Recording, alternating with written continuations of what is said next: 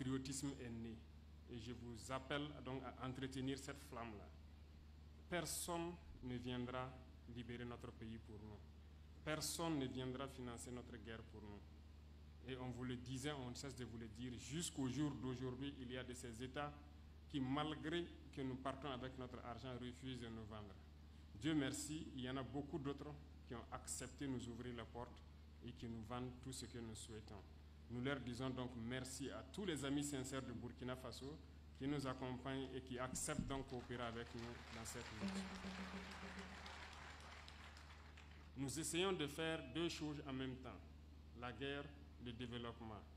C'est difficile, mais avec le mode de gouvernance que nous avons adopté, c'est bien possible. Il faut reconnaître, comme on le disait, que la mauvaise gouvernance a aussi une part de responsabilité dans le sous-développement de notre pays. C'est pour dire que chacun dans son département a fait un effort pour essayer d'aller dans le bon sens, pour l'intérêt commun, pour qu'on puisse être équipé aujourd'hui, que autant de VDP qui sont sur ce sol, tous ces bataillons qui ont été créés ont été équipés entièrement par les Burkinabés. Vous n'imaginez pas peut-être ce que peut coûter l'équipement d'un seul bataillon d'intervention rapide. Je n'ose pas vous le dire, mais nous savons que cet exploit de pouvoir former et équiper plus d'une vingtaine de bataillons en un an, on ne se félicite pas. Peut-être qu'on aurait pu faire mieux, mais nous nous sommes rendus compte que le pays a des capacités, des potentialités, si on gère bien les ressources financières. Et avec la contribution de tout le monde, c'est possible. Nous aurions aussi pu être développés s'il n'y avait pas cette guerre et que c'était bien géré.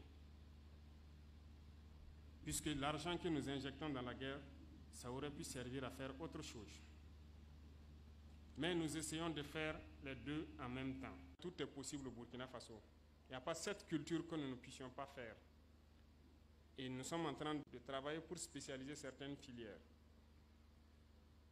Faites en sorte que si demain, quelqu'un pense qu'en faisant un embargo sur un produit alimentaire donné sur le Burkina, ça va nous faire mal. Nous faisons en sorte que, dans un futur proche, on va interdire l'importation de ce produit-là parce qu'on va produire ça sur place. C'est à ce prix-là que nous aurons notre indépendance réelle. Ça commence d'abord dans notre assiette, ce que nous mangeons. Donc, je vous encourage à vous armer de courage encore pour qu'on puisse produire au maximum. Quant à nous, nous ne ménagerons aucun effort pour vous accompagner, pour que les conditions de production puissent être facilitées et que les Burkinabés puissent manger à leur faim. Ce défi-là, nous allons le relever dans quelques mois, s'il plaît à Dieu. Donc, beaucoup de courage à tout le monde.